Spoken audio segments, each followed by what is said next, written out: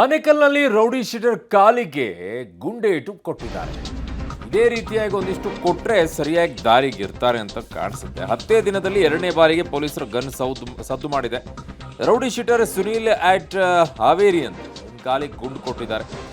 Rowdy sheeter Sunil ಬಂಧಿಸೋಕೆ ಪೊಲೀಸರು ತೆರಳಿರ್ತಾರೆ. ಈ ವೇಳೆ ಪೊಲೀಸರ ಮೇಲೆ ಹಲ್ಲೆಗೆ ಮುಂದಾಗಿರ್ತಾರೆ. ಈ ಸಂದರ್ಭದಲ್ಲಿ ಹೇಳುವಂಥದ್ದಿದೆ, ಆರೋಪಿ ಕಾಲಿಗೆ ಫೈರಿಂಗ್ ಅನ್ನ ಇನ್ಸ್ಪೆಕ್ಟರ್ ರಾಘವ್ ಮಾಡಿದ್ದಾರೆ. ಈ ರೀತಿ ಅವಾಗ ಒಂದಿಷ್ಟು ಸದ್ದು ಬರ್ತಾ ಇದ್ರೆ ಪುಂಡರು ಈ ಥರ ಹಿಡ್ಕೊಂಡು ಮಚ್ಚು ಲಾಂಗು ಎಲ್ಲ ಹಿಡ್ಕೊಂಡು ಓಡಾಡೋದೆಲ್ಲ ಸ್ವಲ್ಪ ಕಡಿಮೆ ಆಗುತ್ತೆ. ಒಂಚೂರು ಹಾವಳಿ ಆದರೂ ಕಡಿಮೆ ಆಗುತ್ತೆ. ಇಲ್ಲದೇ ಇದ್ದರೆ ಮಚ್ಚು ಲಾಂಗು ಹಿಡ್ಕೊಂಡು ತಮಗೆ ಬೇಕಾಗಿರೋ ರೀತಿಯಲ್ಲಿ ಮಧ್ಯಾಹ್ನನೂ ಹಿಡ್ಕೊಂಡು ಓಡಾಡೋ ಮಟ್ಟಕ್ಕೆ ಈಗ ಬಂದು ತಲುಪಿಬಿಟ್ಟಿದ್ದಾರೆ. ಕೆಲವರು ಮಾತ್ರ ಪೊಲೀಸರು ತಮ್ಮ ಕರ್ತವ್ಯ ನಿಭಾಯಿಸ್ತಾ ಇದ್ದಾರೆ. ಇನ್ನು ಕೆಲವು ಪೊಲೀಸರು ಮಾತ್ರ ಬೇರೆದವರ ಕರ್ತವ್ಯವನ್ನು ಅವ್ರು ನಿಭಾಯಿಸ್ತಾ ಇದ್ದಾರೆ. ಅದರ ಪರಿಣಾಮಗಳು ಕೆಲವು ಕಡೆಗಳಲ್ಲಿ ಹಂಗೆ ಆಗ್ತಾ ಇದೆ.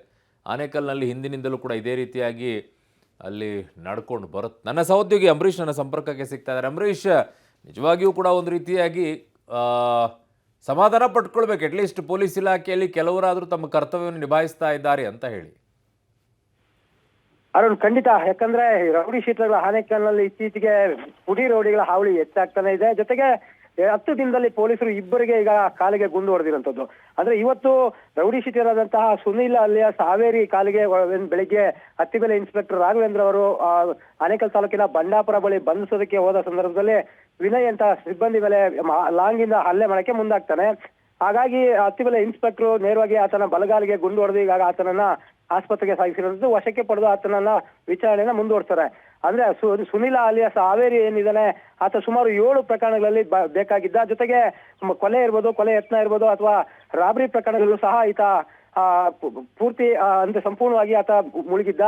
ಜೊತೆಗೆ ಮೊನ್ನೆ ಜಿಗಣಿ ಪೊಲೀಸ್ ಠಾಣೆ ವ್ಯಾಪ್ತಿಯಲ್ಲಿ ಮನೋಜ್ ಅಲಿಯಾಸ್ ಮನು ಜೊತೆಲಿ ಸಹ ಇದ್ದ, ಇವರ ಸಹಚರ ಆಗಿದ್ದ ಅನ್ನೋದು ಪೊಲೀಸರು ಹೇಳ್ತಾ ಇದ್ದಾರೆ. ಜೊತೆಗೆ ಈತ ಸೂರ್ಯ ಸಿಟಿ ಪೊಲೀಸ್ ಠಾಣಾ ವ್ಯಾಪ್ತಿಯಲ್ಲಿ ರೌಡಿ ಶೀಟರ್ ಸಹ ಆಗಿದ್ದ.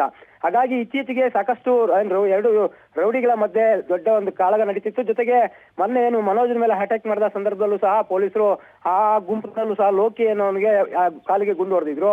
ಹಾಗಾಗಿ ಒಂದ್ ರೀತಿ ಎಲ್ಲೋ ಒಂದ್ ಕಡೆಗೆ ರೌಡಿ ಶೀಟರ್ಗಳಿಗೆ ಈಗ ಒಂದ್ ರೀತಿ ಭಯದ ವಾತಾವರಣ ನಿರ್ಮಾಣ ಆಗ್ತಿದೆ. ಯಾಕಂದ್ರೆ ಈಗಾಗಲೇ ಸಂಪೂರ್ಣವಾಗಿ ಒಂದು ಆನೇಕಲ್ ತಾಲೂಕಿನಲ್ಲಿ ರೌಡಿ ಶೀಟರ್ಗಳ ಹಾವಳಿ ಮಿತಿ ಮೀರ್ತಾ ಇತ್ತು. ಹಾಗಾಗಿ ಪೊಲೀಸರು ಸಹ ದಿಟ್ಟ ನಿರ್ಧಾರಕ್ಕೆ ಮುಂದಾಗಿದ್ದಾರೆ. ಹಾಗಾಗಿ ಇನ್ನಷ್ಟು ರೌಡಿ ಶೀಟರ್ಗಳಿಗೆ ಬುದ್ಧಿ ಕಲಿಸಬೇಕಾಗಿರುವಂತದ್ದು ಪೊಲೀಸರು. ಅದ್ರ ಬಗ್ಗೆ ಸಹ ಈಗ ಬೆಂಗಳೂರು ಗ್ರಾಮಾಂತರ SP CK ಬಾಬು ನೇತೃತ್ವದಲ್ಲಿ ಇನ್ನಷ್ಟು ಆರೋಪಿಗಳನ್ನ ಹುಡುಕುವಂತ ಕೆಲಸ ಮುಂದುವರೆದಿರುವಂತದ್ದು.